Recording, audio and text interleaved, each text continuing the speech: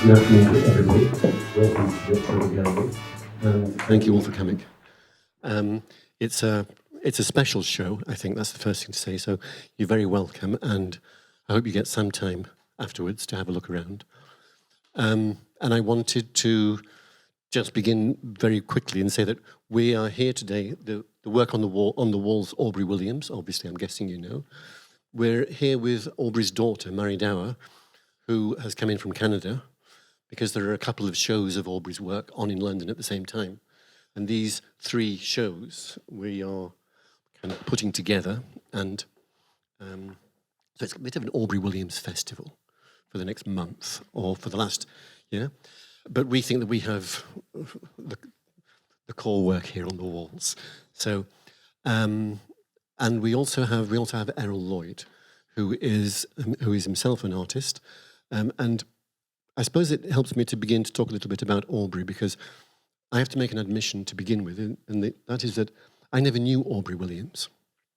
And so everything I know about Aubrey Williams comes from either looking at the work itself, or from reading about him, or from talking to Wairau, his daughter, and she's full of all kinds of things that she doesn't know she knows. You know, she tells me about his sound system, and I learn a huge amount about the man from the kind of sound system he made for himself to be able to play his music. So I have to go searching for data. Hawes, who's the director of the October Gallery, Chile actually knew Aubrey and worked with him and brought him to the gallery because she wanted to show his art. And then Elisabeth, who arrives later, the artistic director, she actually hung and has hung. This is Elisabeth's work here, if you like, curating an exhibition. Which Aubreys do you choose? How do you hang them? How do you put them together? So these 2 people on either side of me actually have real life knowledge, if you like, of Aubrey. Whereas I don't know what I am really. I'm a little magpie. I just go and find little bits and try and make sense from those bits of who the man was and what his art is doing. And that's true of quite a few of the October Gallery artists. There are 3 or maybe 4 October Gallery artists that I never met but would have loved to have met. And I begin with Aubrey as one. Then there's Gerard Houghton, who begins the gallery in 1978, an English drunk poet, artist. I'd love to have met Gerald. And then I think Brian Geisen, who's a big friend of William Burroughs. I never met these 3 artists. Those are the ones I'd really love to have spent time with, to get to feel the person, because you know so much more about the art when you know the person that makes it. And I think it's true of Aubrey. For me, the problem with Aubrey is that his works are, quote unquote, difficult. And the question is, why are they difficult? And I think hopefully today we'll try and talk about some of those things. As I say, I'm going to depend upon these 2, and what I'd like to try to do is to be a kind of a substrate, a catalyst, and put these 2 together and try and get them to talk about the Aubrey they knew and the Aubrey that they want to project, and so on and so forth. And maybe the easiest way to do that is to ask Chile to talk about the first time you met Aubrey and how you... So it was very early days, we're in the 80s, I think, Thatcher's in charge, and Chile, you go to meet Aubrey Williams. First, before I say that story, I'd like to evoke those times. Because we started the gallery in February 1979. Only a few of you in the audience remember those times.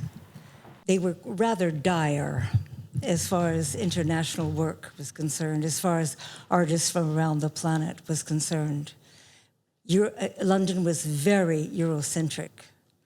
But there was a few people in those days who actually did all they could to work with artists from different cultures and bring them here. So I was one of those people when I started the gallery with friends of mine in 1979. Margaret Thatcher was Prime Minister. And I have a note from Aubrey in November 30th, 1979, so after we had already started the gallery. And this note describes being assailed by two police officers who questioned why he was here. And he said, I've never felt more soiled, more affronted as I did then. And shortly after they came to me, they chose a Chinese woman. Luckily, she had her passport with her. But he pointed out that those days were very different than now. Now, many galleries are showing work from around the world, but at that time, we were one of the few. Errol remembers those days, and some of you may remember those days. So it was 1984, so I started the gallery with others in 1979. Aubrey had come to the UK in 52, aged 26. I met him 30 years later. I was really eager for a new show, and I didn't have someone to exhibit, and I called up Emma DaCosta at the Commonwealth Institute, and I said, can you help? And she said, well, come and look at the works of Aubrey Williams. And I did. They were the Olmec Maya series. I loved them. I immediately wanted to meet him and show these works. So I made an appointment with Aubrey, and I was, at that time, Corinna McNeice, the daughter of Louis McNeice, was working with me. And so she and I went to meet Aubrey in his studio at 101 Greencroft Gardens. He was generous, warm, welcoming. We came into his studio. We went to sit on the back porch, and we drank champagne and salmon, ate salmon. I thought this was the most wonderful welcoming that I could have ever received from such a man. And so my fears of how I would behave with Aubrey were all abandoned, and I immediately loved him. I loved his work. And so made his first show in 1984, which was marvelous. And of course, I knew at that time Mary Dow, who was quite young, and she's been a lifelong friend. You missed out the point where Emma DaCosta said, you can meet Aubrey Williams, but he's a bit difficult. Yes, she used the word difficult, challenging, something like that. But since that time, I've learned that the October Gallery specializes in challenging, difficult artists, and that's the only kind I want to deal with. Yeah, that's right, difficult cases. I've always thought about that as a, because you're talking 78, 79. Aubrey seems to put a potted version of Aubrey's development. When he first began showing his abstract works in the early 70s, late 60s, early 70s, he was very popular in the first few exhibitions he showed in the Archer Gallery and the New Vision. He was very, when he first came, he came in 52, he had a show in 54 and another one in 58. He was very popular. They all sold out. He did very well. He was running on a high. He was exuberant at the success he had. He said, I lived, by the way, my Bible is this book, and anyone who wants to study Aubrey Williams should adapt this book. This is third text, editor Rashid Areen, 1987-88. It's really Aubrey's voice coming through, and those of you who've studied it know quite well, so you can read more. I want to tell you, last night I perused this book. I usually just pay attention to that interview that Rashid did with Aubrey, but I looked at who the editorial advisory committee was. David Bailey, Guy Brett, Mahmoud Jamal, Mona Hatoum, Gavin Yantes, Sarat Mataraj, and Parta Mitter. Yeah, that's a list of great quality. But this is Rashid Arain, who was a critic. Rashid is complex, and I'd go on what Chile was saying. Rashid is very complex. He was an artist who comes from Pakistan. He comes a bit later, I think, than Aubrey, so maybe 56 or so he'll arrive. He's an artist, and he arrives here. He's from Pakistan. He is very important because really the big show that he curates is this show called the The Other Story, which takes place in 89, at the end of 89. Elisabeth will tell us a bit about that later. But Rashid is also, he creates this amazing book, third text, which is a completely new angle on art, a very necessary angle. Different quality of writers, writers from everywhere else, talking about art in a way that the British establishment really needed something like this. Third text was very radical at the time. And the thing that Gilly is talking about, I'll talk about it maybe later. But Rashid Arain is a fascinating person to read. And I've always thought that, I'm halfway between two different things I'm going to say now. Let me drop that one. Can I come back to Rashid and later? I want to move to Elisabeth now and just say, well, I suppose really the same question, Elisabeth. The first time that you met Aubrey Williams and just your feelings for who you were meeting, the man, and so on. So this is a complex one. I arrived at the gallery in 1983. Chile had picked me up from the Royal College as she was looking for a difficult artist. Yes. And I had my first painting exhibition here. I did not come back until 1987. So in 83, Aubrey would not have shown here yet. But I came back in 87, not only to have another show here, but also to become part of the management. So it was at that time that I met Aubrey. I only met him briefly at times. I do remember very well when he was here and he was going towards the car with Mary Dower. And I think he was taking paintings, either delivering paintings or bringing paintings back home. And he said to me, Elisabeth, paint, paint, paint. That was his mantra to me, just to paint, because he was such a painter, that expressed the world, everything that he did, everything that he lived, everything that he experienced through paint on paper, paint on canvas. So this is my first experience of Aubrey. And the following my arrival here, we immediately had a show of Aubrey Williams. And I wrote the press release, so I became very familiar with the many terms that surrounded Aubrey, which were very different from the terms I had learned in the Royal College of Art. I learned about the Amerindians, the Arawak, the Wairau, the Carib, etc. So they forever stayed ingrained in my mind because the first time is always the most important.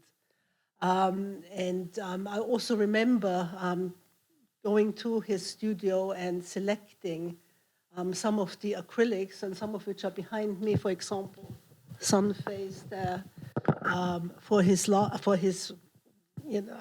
an exhibition. Your first show. That's the second. His last show, the second show I was working on in 1989, and it took place. This show took place in the autumn of '89, November and December. And I think it's at that time also that the Hayward Gallery show opened. The Other Story. The Other Story. It was just after the fall of the Berlin Wall, to remind all of you. Yes. And I didn't see that exhibition because I had left to Mexico for half a year. But yes, it was it was a milestone exhibition. So these were my encounters with Aubrey. I also encountered his painting here for the first time. That might have been somewhere maybe in 80, I don't know, in 84, I don't know when it was. Anyway, I did encounter the painting here. And it must have been of the Olmec Meyer series, because it struck me as different from the paintings I was used to. They were either, completely abstract or completely figurative. And I think Aubrey was able to travel both worlds at times. Some of his works are very abstract, but at times he moved through those two worlds and combined them. Mm-hmm. I'm going to jump in there. I'll try this one. I'm going to jump in there because I want to pick up on precisely this point of abstraction and figuration. But first of all, Elisabeth, were you met with champagne and salmon the first time? We had salmon or prawns and probably champagne. What a great artist. I think it must have been June or July. There was a great light there. Light. And I do remember the pink of fish. You see, that's how I know. This is why I have Elisabeth on my artistic left-hand side. because she works with colours and with numbers and things like that. She's a synesthesiast. But I always try to think of the reverse story, because Chile's story of Aubrey meeting her with champagne and salmon. I always think in Aubrey's career, so why do you meet somebody who's coming from a gallery, and you bring the champagne out and you bring the salmon out? Because if you think of it, Aubrey's had a big career already, and then the career begins to pall a little bit. He has shows around the place, but they're not sellout shows anymore, and his work is not. And he gets into a kind of a difficult period where he talks about, I wondered what the problem was. Was it something I was doing, or I thought I'd made it as an artist, and then things palled, or there was a pause. And I've always thought that 78 is probably the time when Aubrey really needed to have a show. And you have this gallery, the October Gallery is coming around to meet you, and Emma will have told him, I'm sending a gallery to meet you, And I imagine Eve thinking, quick, get the champagne, get the salmon, get the salmon, And I imagine that they would have been very welcoming for the reasons that Aubrey really wanted that show. It's just a thought. Does it, I don't know. He won your heart. He won my heart, for sure. There you go. That's for sure. But it was because of his work and because of his being. He had a huge being. And he was very interested in what I was interested already, with these ancient cultures of the Americas, especially the Maya. And he was talking about it. He was talking about the ecology of the present time, what a sad state we were in. And the terms he was using are the terms we only read about now. But he was predicting in 79 and earlier, and I met him in 84, all that has come to pass. And he says, we're doing just like the Maya. We have let technology take us over, and we're losing our place to be. We're polluting our rivers, et cetera, et cetera. So he was very interested in that. And he was also interested in these ancient cultures and the heights of those cultures, the ancient wisdom that they did know, their architecture, the art itself, the symbology that was used. And I was also personally very interested in both ancient cultures and ecology, because I had helped start an ecological institute called the Institute of Ecotechnics in 72, and we read the Club of Rome report by Alexander King. Alexander King wrote, we're talking 1967, he said, if we're going to continue the way we are, we're going to be in a real mess in 2022. So he was an oracle, Aubrey. Yeah. I want to get there too. This is the thing about Aubrey. Any conversation about Aubrey is necessarily serpentine. And I just want to pretend that we have a structure we're following. I want to go back to Elisabeth and this idea of abstraction and figuration, because I write a bit about art, but I'm not an artist, and I depend upon Elisabeth to correct me, as she always does. But I see these as, we can call them different poles in a kind of description of the world. And I think in the West, you have the discovery of perspective, you have the discovery of representation, the trick of perspective allowing the true representation of a space, shall we say. It's very Western, and it gives us the development of Western painting. Everywhere else, perspective is not necessarily discovered in the same way. You look at the Japanese painting, perspective is very different. And obviously true also in African art, South American art, very, very different worlds. Aubrey, I see, Elisabeth has just said that Aubrey travels very easily between these two poles. And I think part of what went on was when Aubrey comes to England in 52, he comes as an agronomist. He was working in agriculture, cane sugar in Guyana.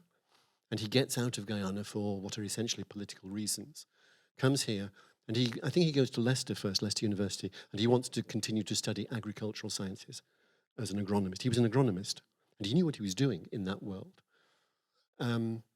But he drops out of Leicester because there are difficulties. He knows what they're teaching. He knows it all anyway. He's worked like that. And then he moves back down. He's always been a painter. He's always been an artist since he was very young. He describes things he would draw as a young boy. And he was taught and trained very early on and gets involved with teaching people to draw and to paint quite early himself. So he could draw, but he still doesn't think of himself as an artist. But he comes back to London and he goes to St. Martin's School, which is just at the top of Old Gloucester Street. He goes to St. Martin's School there, School of Art. He's not interested in getting a diploma. He wants to just study, and he wants to use the materials that they have there. So he goes live classes and so on and so forth. He's being taught Western art, but he can do that. But on the continent, you have the new modernist tradition is already beginning. And then in 56 and again in 59, the English art world I see as being shaken by the arrival of the Americans. Your mob. And there are two big shows on at the Tate, Modern American Painting. The first one is a big show of all American art, but one of the rooms is of the new abstract expressionists, and Jackson Pollock is in there, and Klein and Rothko. The English critics pan it because it's just, that's not art kind of thing. But the artists are vibrating to this new sound. And then 3 years later, the same thing, new American painting, which was just the abstract expressionists. And Aubrey was thrilled by this new kind of painting and talks about Pollock was our god. He's talking about the artist. We thought that Pollock was it. So they all begin to take ideas from that new kind. I think because it broke boundaries, it broke borders. You didn't have to have a frame, and you just dripped paint, and you saw things in there, as it were. Completely new kind of paint. So abstraction became American abstract expressionism gets mixed to European abstraction, and Aubrey starts to move in those waters too. I suppose I come back Actually, to... I have the quote from him, Jesse, if you want. Please. He says, then American abstract expressionism was known.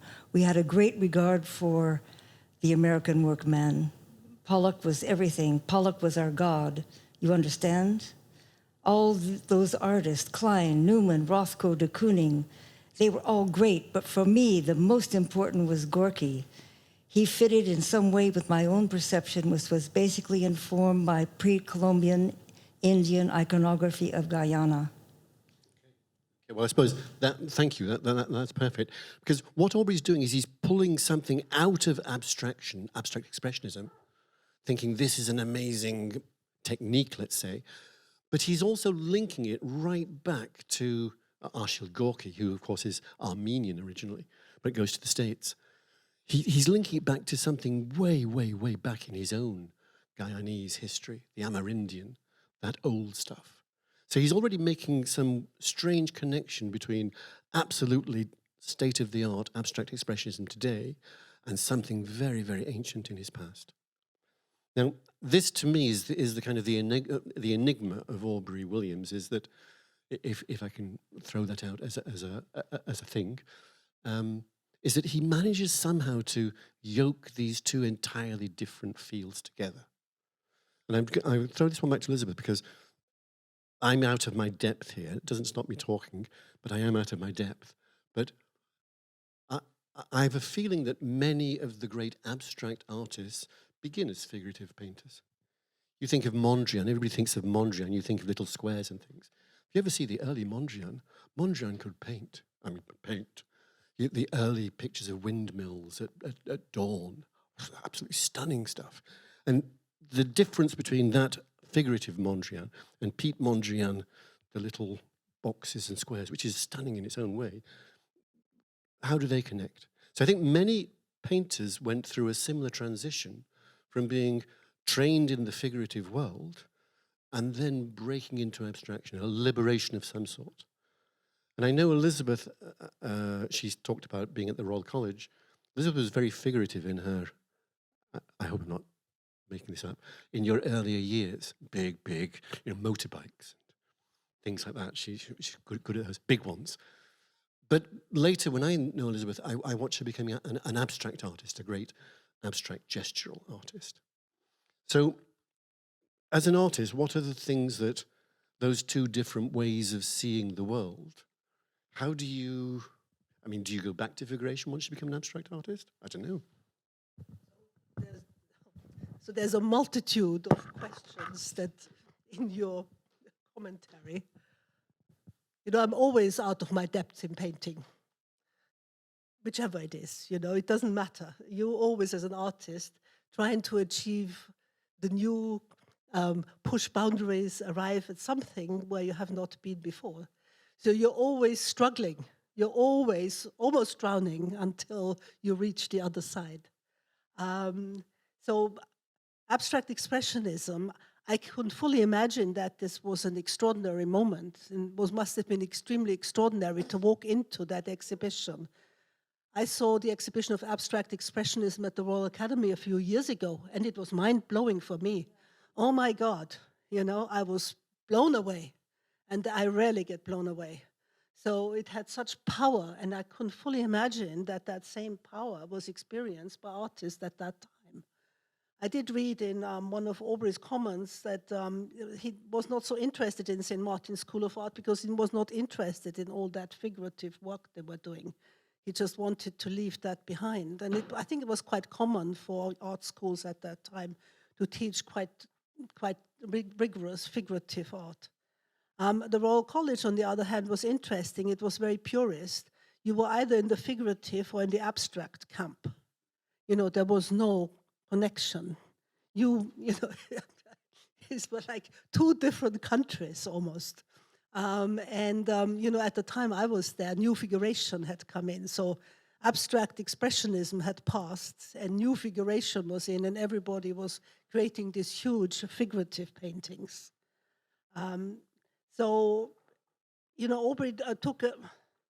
Aubrey took a different route with his painting. I think there must have been periods, I think Wairau probably knows better than I do, where he painted mostly abstract work.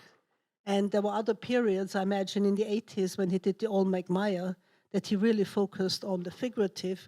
But of course, also when he did the cartoons at the airport in Timeri, in Guyana, and other murals he did, they had figurative elements in them. So, I myself, moved from figuration to abstraction. And when I did the first abstract work, I thought, oh my God, where's the center of the work? Where's the figure? I had lost the focal point at that stage.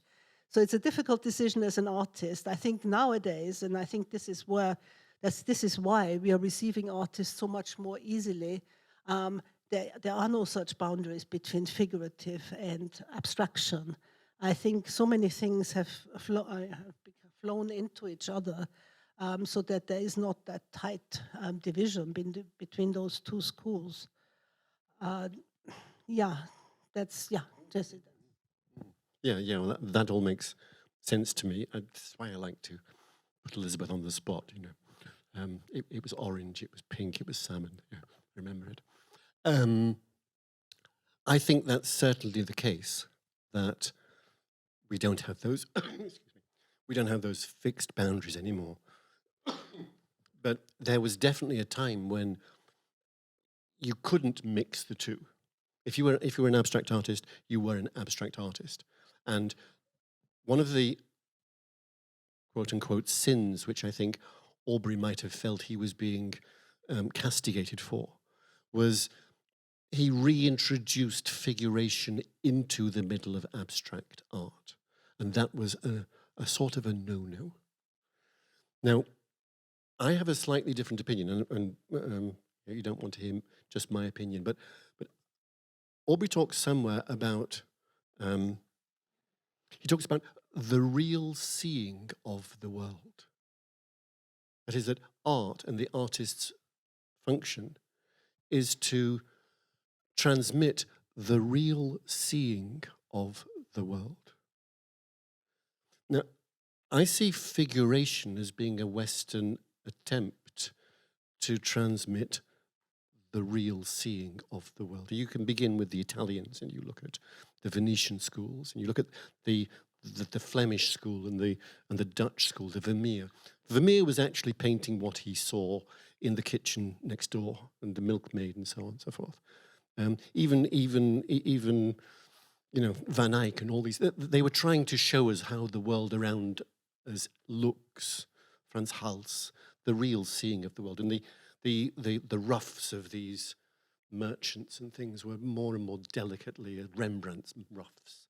You could write a book about Rembrandt's roughs, yeah?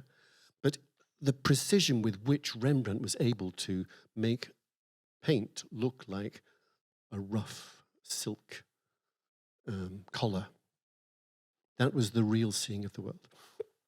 Now, the abstract artists, I'm guessing, are interested in a different kind of reality that they're seeing. That, okay, there's the hyper-real world that you have. I know some Japanese hyper-realists, and it's stunning, but it's like a photograph, as they say. The abstract world was looking at something else. How do you get the emotion into a paint? How do you get feelings into that picture of the Laughing Cavalier? How do you feel and sense? What about those emotions that we only half recognize? Well, abstraction was trying to move into a different version of the real world, perhaps. I have a feeling that Aubrey, he says it again in the interview with Rashid, he says, I never abandoned abstraction. So there's a sense that I think people have seen Aubrey as having become an abstract artist. Abstraction. You look around you. Abstraction. Look around. Aubrey's saying that I never abandoned figuration. I didn't. So I have this theory that Aubrey's view of the real seeing of the world was an attempt to pull both ends, both the poles together. He wanted a whole new way of looking at a painting which showed a different kind of world. And you have to remember that he was going back to Chile's talking about the Arawak culture and the Mesoamerican, the Amerindian culture, the native culture of Guyana. Now, do you want to talk about the Wairau for a little while, Hugh? Well, anybody who studied Aubrey know that he was an agricultural officer in Guyana, and then he was sent, as he says, into Siberia, the local Siberia, which was in the northeast coast, to the Wairau forest. He felt bad about having to go. He was putting too much intelligence into his job as an agricultural officer because he was working for the Demera sugarcane group, and he was the liaison between the sugarcane group and the farmers, and he saw that there was something not right going on, and he spoke about it, tried to get equal pay, equal rights, and so forth, and he was a thorn in the side of the Demera sugar group. So they said, we're going to promote you by sending you to the northeast coast, or northwest. Anyways, so there he went, sad at the beginning, but happy at the end because he realized, even though it was a struggle at first, how valuable it was that he was with the Wairau people. And there he worked, he did many projects there, and he got to know that culture, and he said, then I found that I was an artist. This is how my whole being finally registered that I am an artist. And so it was a salvation for him. And then when he came back to the capital, the PPP was strong, but they were facing some pressures. And so a friend of his told him, you're an artist, you should get out of here, go to England. So he took that advice And he came to England to follow his career as an artist. And he says that coming saved his life. He would have otherwise ended up in jail, he feared. Yeah, so it's the time, and we're talking about the time of independence. So the usual independence struggles. There are different views of how Guyana is going to move forward. All the political people that he knew, as he said a few months after he left, they were all picked up and put in jail because they were on the wrong side of that.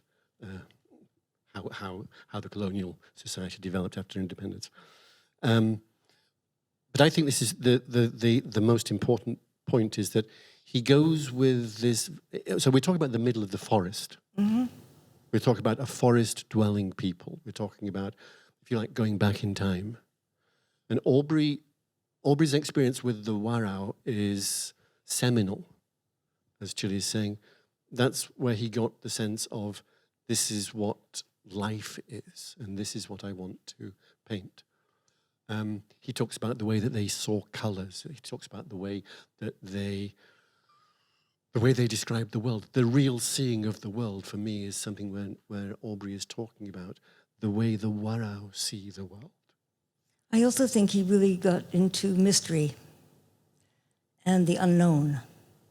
And that is in a lot of his paintings, where you couldn't understand everything by a logic, that you had to allow some things to be unknown, the value for the unknown. And that really influenced him. Okay, well, Chile, you picked up beautifully, because that's what I'm trying to suggest, that if abstraction is trying to paint something that can't be known, it's an abstract feeling. I think, picking up on what Chile is just saying, Aubrey was trying to paint something that was even beyond that. And another kind of consciousness, let's put it like that. How do you paint something that makes people aware, not that they're looking at the Laughing Cavalier or the milkmaid pouring the milk, or the city of Venice in the 16th century, or one of the doges of Venice? How do you make people think that they are looking at the world as a living being, or the disappearance of a culture and the sadness of that, or the persistence, the way a culture survives just by certain rituals or certain rites or certain beliefs? Or how do you put that on painting? How do you put that onto a canvas? And the use of symbols. Yeah. Elisabeth, are you jumping in? What is do you have a question, or do you Would want like a a comment? question? Well, Can you just, when you talked about Hossororo, and I was, I read Anne Walmsley's wonderful biographer, in a sense, of Aubrey Williams. She said that he built a lodge in Hossororo with the help of many indigenous people there, and they did not have to use a single nail to build it. And he put soon he put seeds out for birds, and then all sorts of tropical birds would come there and feed from there. And for me, that was just such a wonderful image, such a great moment when you can absorb this. It might not have been as wonderful as I imagined it, but I think it's certainly a very beautiful visualization. So tell me, where were we with all the... No, birds was a big Of thing. course, Aubrey made an extraordinary series of bird paintings. They're all such individuals. Each of them is like a portrait painting. So a series of them are now in the Natural History Museum. And I'm sure various others are with the estate. So I think that's a wonderful series of but very, very figurative paintings that Aubrey did in between his other works. That's Aubrey figurative. That's Aubrey trying to show the real world. Because when you see one of his birds, it's a toucan. And you see him, the huge beak, the colours. He can see toucans. He can paint owls. He can paint the different kinds of owls. He knows the different kinds of owls. He knows a frigate bird. He knows this. A huge array of beautiful birds. But as Elisabeth says, the birds have this strange quality whereby they look back at you, and you see an intelligence in the eye of the bird looking back at you. So they are figurative, but I'd suggest there are numinous qualities, natural qualities. The bird regards you looking at it with something that Aubrey put there. I'm going to I'm just looking at our time. We're fine. So I want to suggest, because I think the narrative now is changing. We've always there have been a certain number of narratives about where Aubrey fits in the history of Western painting. Like, was he a British artist? No, he wasn't. He came from Guyana. Yes, he was a British artist. You know, he was here. He was working in London from 52. He was one of the great black British artists. So the establishment has had they weren't that interested in his being a British artist. And then a time comes when you think, well, of course he's a British artist. But as a British artist, he then goes to Florida. He goes to Jamaica. He spends the next few years of his developmental life in the 70s and 80s working outside Britain and coming back to Britain. So he's extremely mobile in that sense. Where am I going? But what I wanted to do was to try to suggest that I think Aubrey wanted to combine it all together. So you're talking about we don't have those boundaries anymore. I think Aubrey was a prime mover in that disruption of the genteel representation, figurative British post-war tradition. And I just, let's go to look at the work, because I like to do that.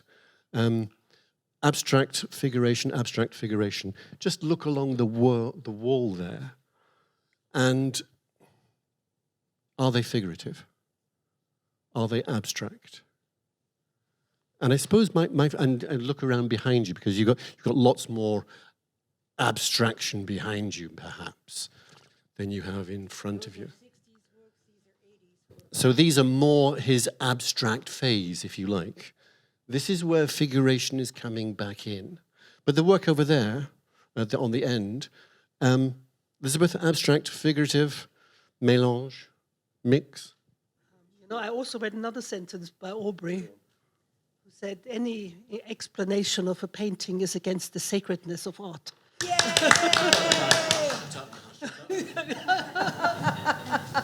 Which, as an artist, I hugely appreciate. I do too. And again, I read today, Rashid asked him to explain something. He says, I'm an artist, I paint it, I don't explain it. Yeah. So I think, so I was thinking about this, and I think the only way, yes, you can, as a critic, interpret many different things, but I think an easier way maybe to go along paintings is to accompany them by parallel poetry or music. You could maybe express what Aubrey is saying in those paintings in music. You might be able to express it in poetry. So there are these parallel streams that could theoretically run along there. I also wanted to say a little bit about this exhibition. It's a selection of 60s and 80s works that we discovered in the estate when we went with Mary Dow with a wide range of works. And, the saying, to see a world in a grain of sand, I think is very important here, because this exhibition is like a grain of sand that allows us to look out at that huge body of work that Aubrey Williams accomplished. Every time you read about him, when he's in Jamaica, when he's in Guyana, or whether he's in London, he has created extraordinarily large exhibitions. You hear about 40 paintings. Oh, he made 40 paintings to put in that exhibition. Or he painted 50 Cosmos paintings to be shown in Jamaica. So the body of his work must be extraordinarily rich and large. And this is a grain of sand through which we can look and experience his world. Elisabeth, the artist, said you shouldn't explain a painting. I come from the other side. I come from the position of somebody who stands in front of an Aubrey Williams painting. And what do you do? Now, Aubrey tells you what you should do. Because Elisabeth's just mentioned accompanying a painting with music. Aubrey takes that challenge on when he starts to paint the music of Shostakovich.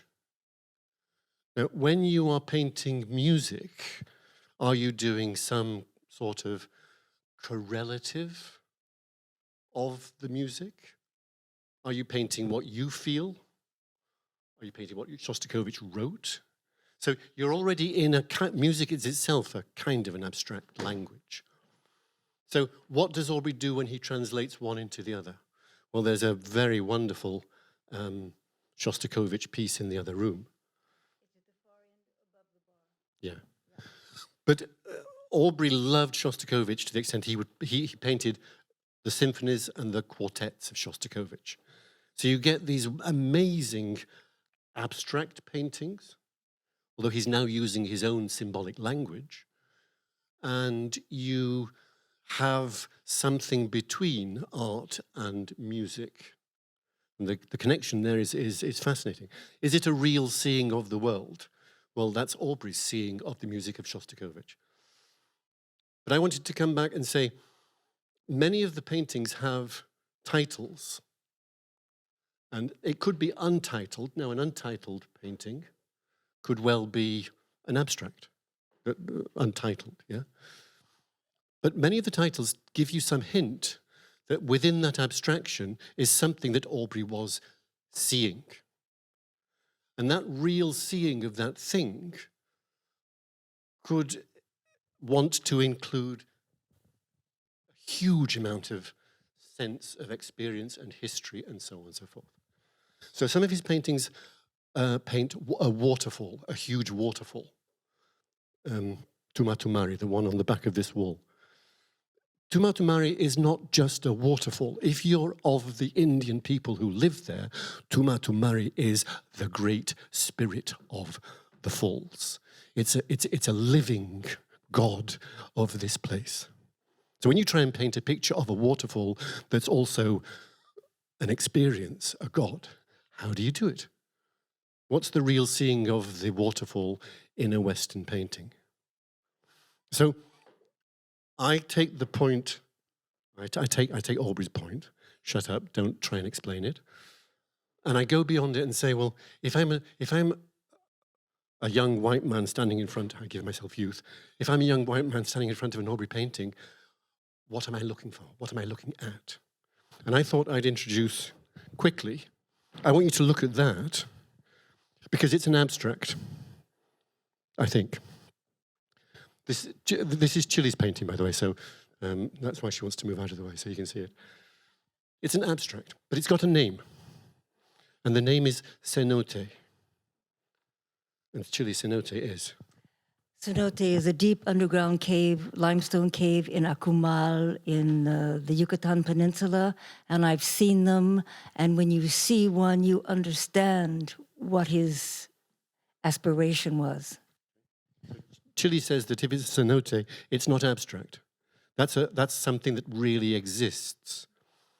But when we look at it, we just see abstraction. But in the abstraction, Aubrey's done something which is really fascinating. He's got a symbol. I'm just going to show you, because we're talking moons and suns. This thing here is a sun. And these petals, these blue petals coming off it, yeah, the blue petals coming off that sun symbol, that's a symbol of the sun. So in the middle of the painting, Elisabeth said, I've just lost my center. In the middle of your abstract painting, you have a center, you have the symbol of the sun. But Chili's just said that the cenote is about water, which it is. The cenote is where you get your fresh water from in Guyana. Everywhere really, from Florida down the Great Belizean Reef. It's all limestone. And the pure fresh water is found in these huge wells, the cenote. So that's the life-giving source of your water. So what's Aubrey got a sun symbol doing in the middle of the water? Now my point is, it's a reflection. You're seeing that sun symbol reflected on the water. So you're looking into a well and the sun is on the water. I'm making it all up. You don't have to believe that this is correct. Trudy's going to say he does that. Remark. There's an old Sufi saying, fihi ma fihi. You see in it what you see in it. Fihi ma fihi. I just show what I see in it. Reflecting off the water of the source of life, because that's your fresh water source, is the sun. The sun is part of the source of life too. When the conquistadores arrived in South America, the Indians fled from them because they knew what was coming.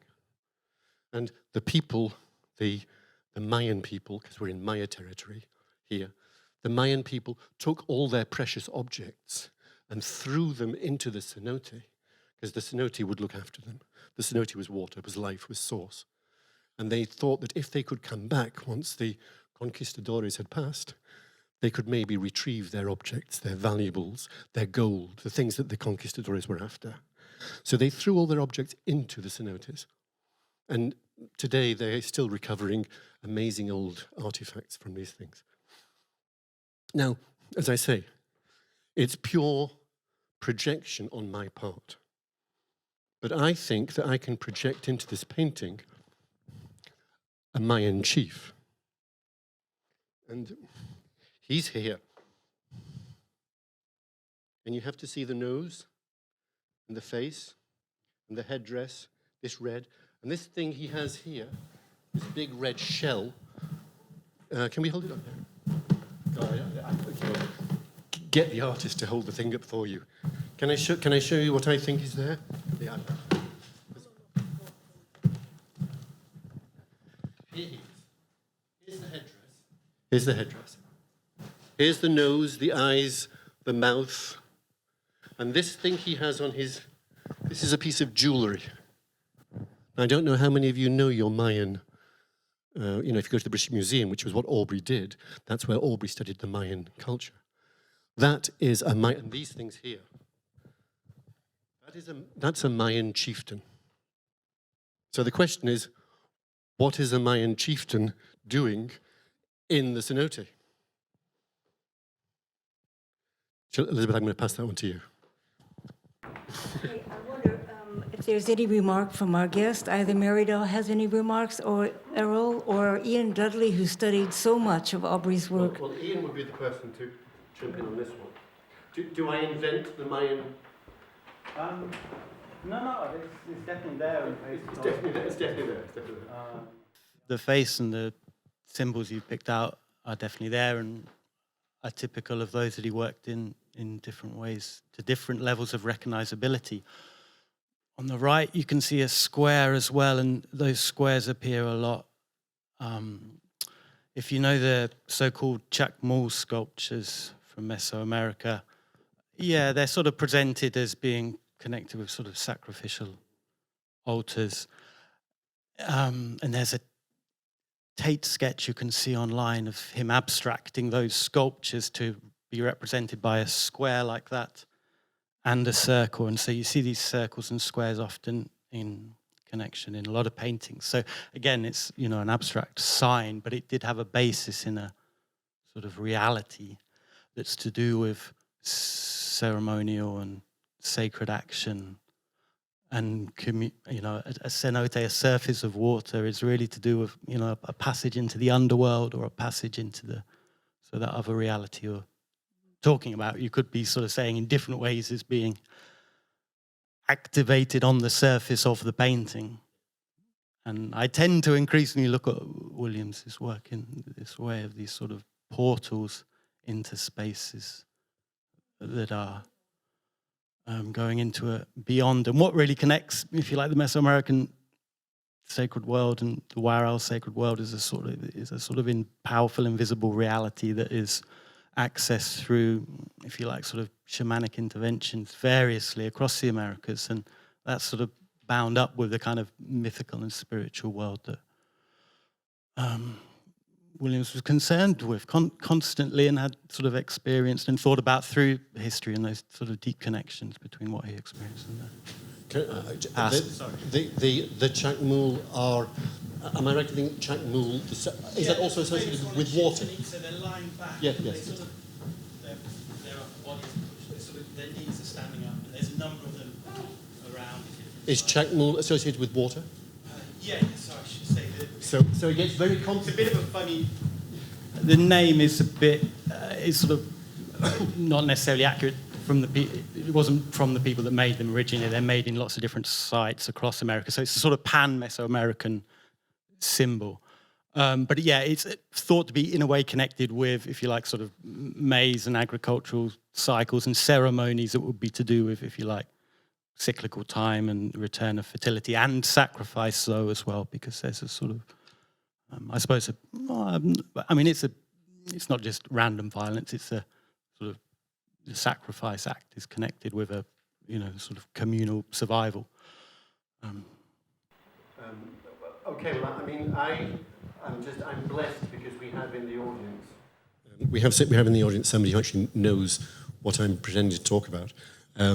But I just finish what I'm trying to say.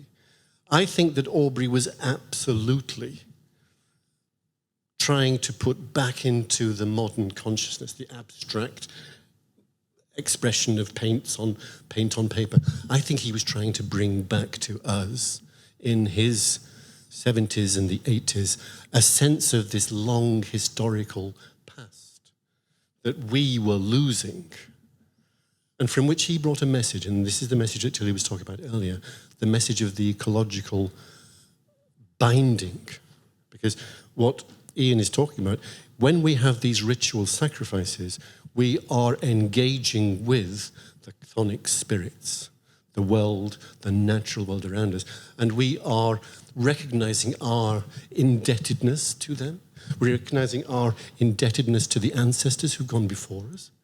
Because this character is not in the real world.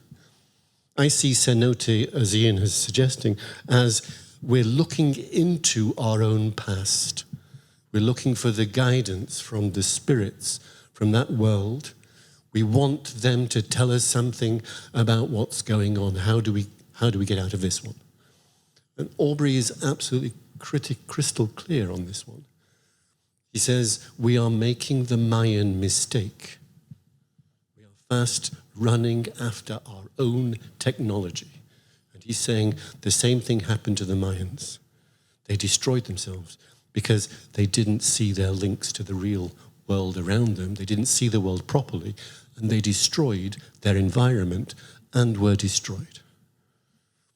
Now, the Mayan people still exist today, but there are forest-dwelling people. You can find them all over Mexico on the the eastern coast of Mexico. But they no longer build these huge ziggurat pyramids that their forefathers built in the 8th, 9th, 10th centuries. They disappeared. They went back to the forests. They destroyed whatever it was of that great culture. Bang, it was gone. And Aubrey was very conscious of the destruction of the Amazon rainforest today as being a sign that we were going the same route. We were destroying our environment. So that's where I think Aubrey comes right back into the present, as Chile is saying. Aubrey died in 1990, but he already knew that they'd punched a huge hole through the Amazon. And he was saying, this is a warning. These are warning signs from our past. The spirits are telling us, be careful, be careful, be careful. You are treading a very dangerous path. And I think we now open to Elisabeth. Questions from the floor, if there are any. And you don't have to follow your. I left it on too elevated a note, perhaps. Any thoughts? Yes, Errol, please. Thank you. I was quite interested in the dilemma, in a way, that Aubrey faced in relation to abstraction and figurative work. And in this respect, I recently saw an article published in, I think, the Jamaica Times in the 1970s, which was sent to me by Ian Dudley here, in which Aubrey was expressing a lot of frustration, sufficient appreciation in Jamaica at the time of the sort of abstraction and the abstract work that he was involved in. At the time, we must remember this was early days yet in terms of figurative and abstract work in Jamaica and the Caribbean.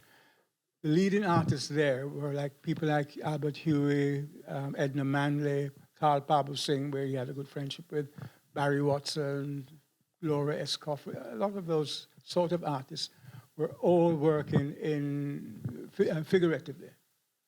And I think Aubrey really felt a sense of frustration about that. And one of the things I don't think he might have thought about at the time, which I think explains it, is that we were, I'm from Jamaica, by the way, we were islanders. And one of the big fundamental differences between Aubrey and the rest of us was that he came from a continent. We tend to think of the West Indian cricket team with Guyana and Barbados and Jamaica and Trinidad, and we tend to forget that Guyana is really a South American country.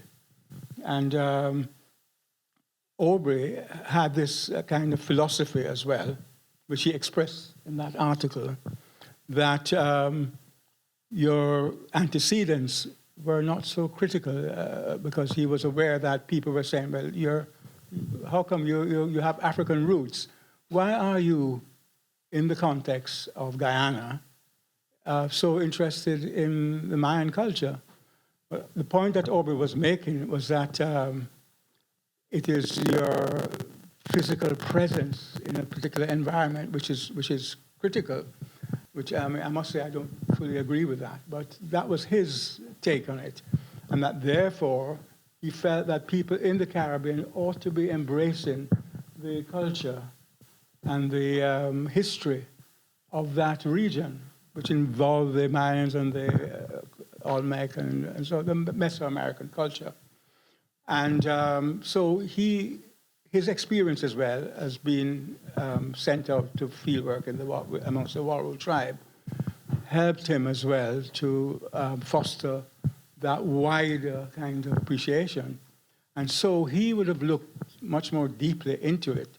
And in fact, quite honestly, I don't think many of us, looking at his work over the decades, really realized the extent to which he was drawing on symbolism and references, visual references, which had a specific meaning. And I think the work that Ian Dudley has done in excavating some of that has helped us to see much more, so that when Jesse was talking about those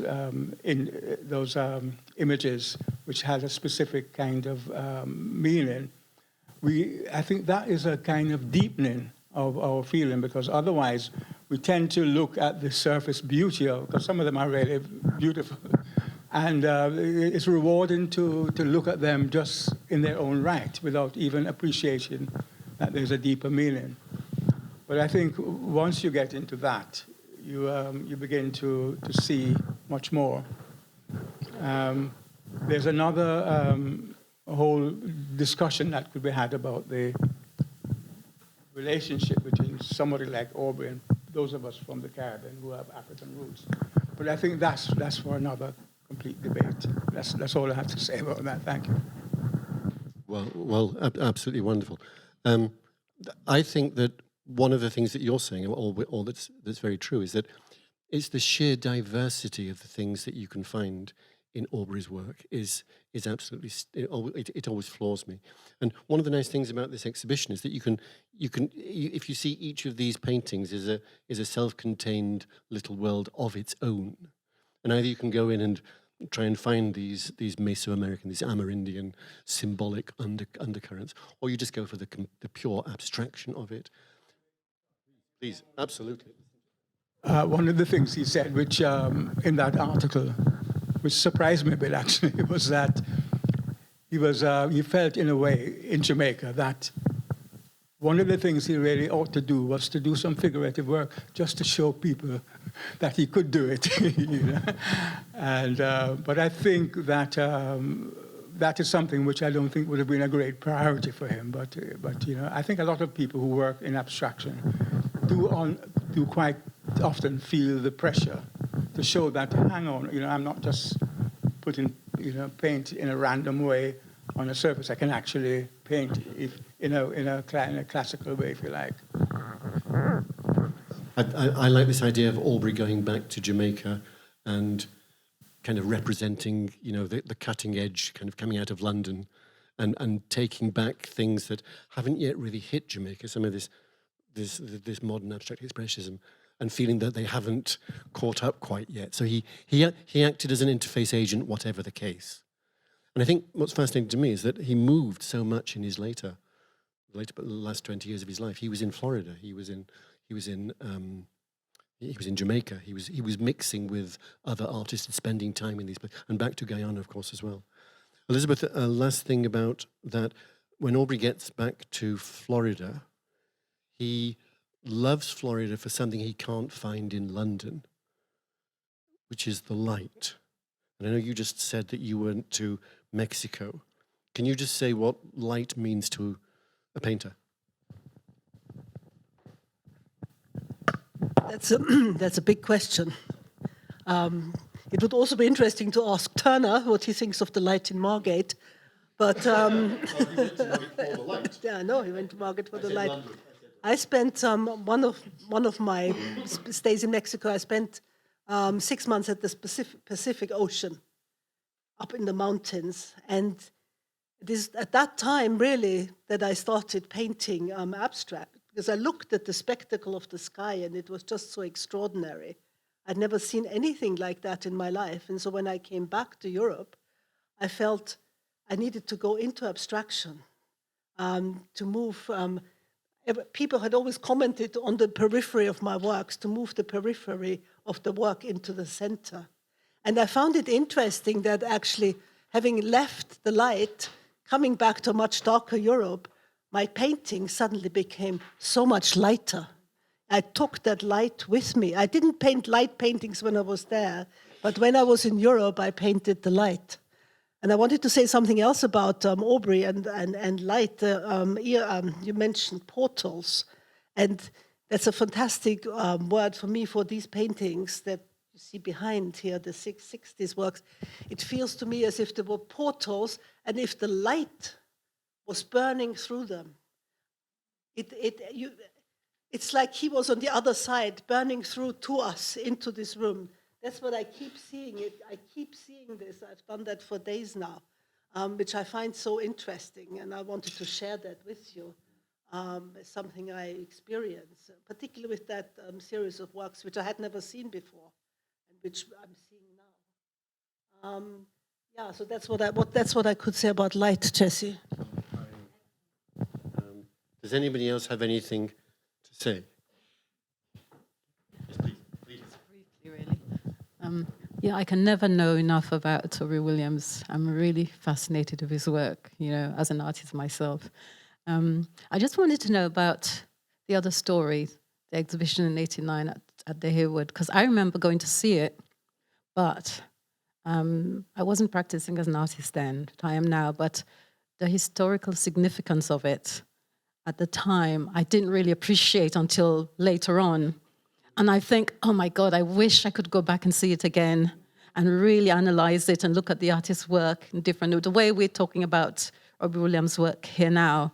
And I also remember, especially, Rashid Areen had some sort of exhibition recently in Kilburn, and something to do with Brent's something or the other. And he published something related to that, and somebody's got the book for me, so I'm going to be able to have a look at it. But yeah, I think he's local as well to the area, so it's probably why. But I remember there was a lot of criticism from a lot of sort of British Western artists about the exhibition. And it was really offensive to a lot of the artists then, because that was such an important exhibition. So I wish I could have seen it again so I could just peruse everything and sort of see what everyone was talking about at the time, you know. I really wish I could have seen it. And I'd love to know, do you remember or do you know of what works of Aubrey's was in that exhibition? Yeah. This is fascinating because this is really what I want to say in some sense is that when you were showing Aubrey in 84 and 89, his last show before he dies, the gallery has kept on showing Aubrey ever since. We've had about 12 shows, I think, in those 30 years between. So a show every 2 or 3 years at least. This is number 12, I think. But times have changed. Rashid Arain, who was the curator of this incredible show called The Other Story. The Other Story was an attempt to try to put into the Western art discourse the fact that there were a series of writers and a series of painters and artists who were from somewhere else and who were not being shown in England, even though, like Aubrey, they'd lived here for 20 years.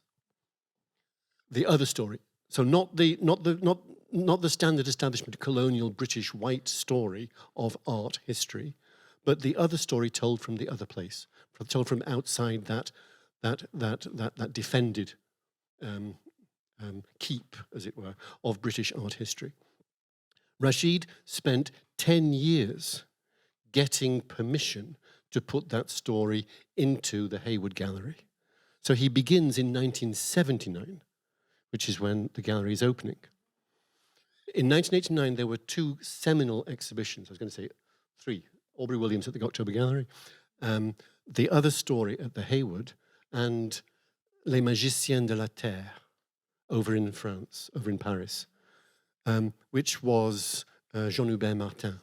And these were the very first time that art from elsewhere made it into a major national gallery and the standard, you know, if it's on at the Hayward, it must be worth talking about.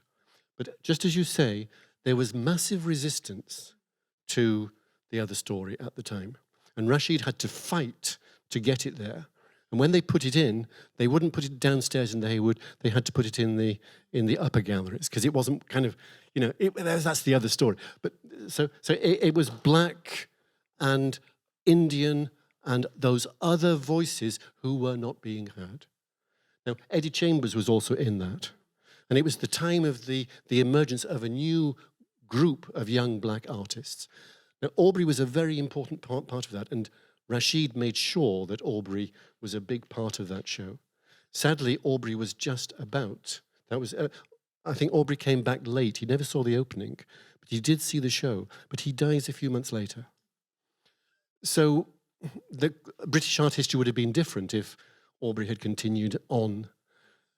But you have Sonia Boyce and Eddie Chambers and all these artists who today are thought of as very British artists because they were born here. Well, Aubrey was just slightly on the other side of it.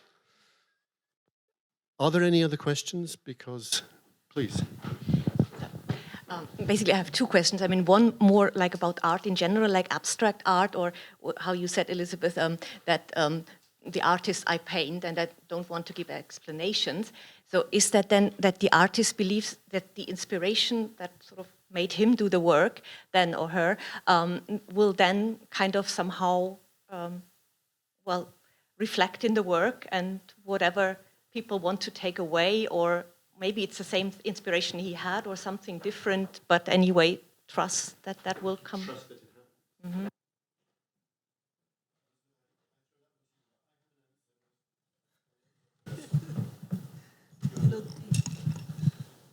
You know, that's such a difficult, I think it really depends from artist to artist. You know, when I said this, it was a sort of generalized statement.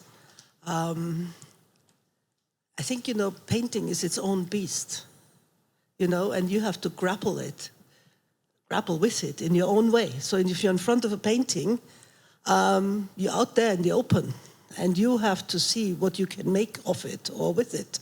You know, it demands a certain amount of courage. You have to trust yourself. You can't lean on other interpretations that exist in the past. I think if you take courage and engage with a work of art, maybe you can get something else out of it. But this is, of course, always experimental. We started the gallery with Gerald Wilde, and on his bedroom wall, he painted l'audace, l'audace, toujours l'audace. Daring, daring, always daring. Bravery, audacity. Yeah, well, the other is more maybe just back again to this interest in Mayan culture, because like you said, that the Mayan culture, that he felt they went the wrong way, but then still he's delving a lot into Mayan symbolism. So I'm a bit confused whether like he felt that there would be something to explore, to find a way in another direction, but on the other hand, what it led to was not really a good result. So I'm not quite sure really why he was so fascinated. That's a hard one. I would say that Aubrey wasn't only interested in Mayan culture alone. It was the old way of thinking, I would say. And the Mayans are important because they left behind in the jungle these ruined sites, these huge pyramids, these great cities that they just abandoned. And then they went back in. I have a quote. This is, again, Aubrey Williams from Third Text. Now listen, here is what I see when I say we're involved in making the Maya mistakes. The Maya civilization could not keep up with its technology, and the technology took control of the environment and destroyed it. We are doing the same thing today. We are fast running behind our technology. Now my work is a synthesis of these two things, a modern consciousness that incorporates our Maya past and also considers our human future. I think that makes sense of that. Aubrey spent a lot of his time in the British Museum looking at the old Mayan relics which are there, which he couldn't see certainly in Guyana. The Olmec culture, the Inca, the Toltec. But Aubrey also says that these cultures, these were very advanced cultures. We think of ourselves as the most advanced culture that's been. Well, Aubrey's position is there have been several very, very big cultures around there. The Egyptian culture, all these ancient cultures, which we know nothing about. But Aubrey had delved very definitely into them all. I'm going to just finish things because we have extended a little bit. I hope everybody's all right with that.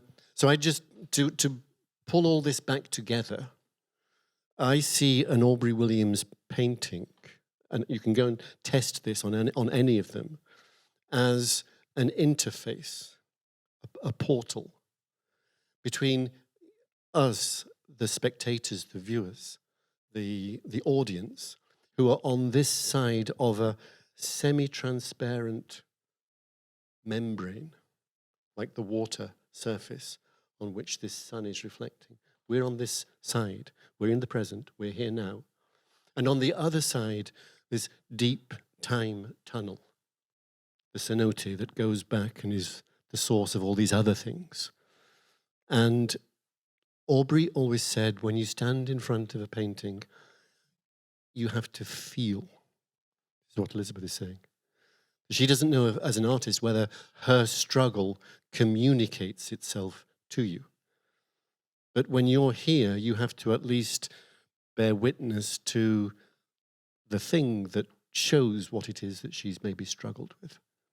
So it's a communication across time between the artist who is dead or not, because the artist could still be alive. This thing is a little Chaucer, the great English poet, when he finishes his Troilus and Crusade, he begins his dedication, Troilus and Crusade, and he says, "Go, little boat, go, mine little tragedy." He realizes he's finished his book, and he puts it on the water of time and says, "Go." So I finish with Chaucer. Thank you all. Yeah.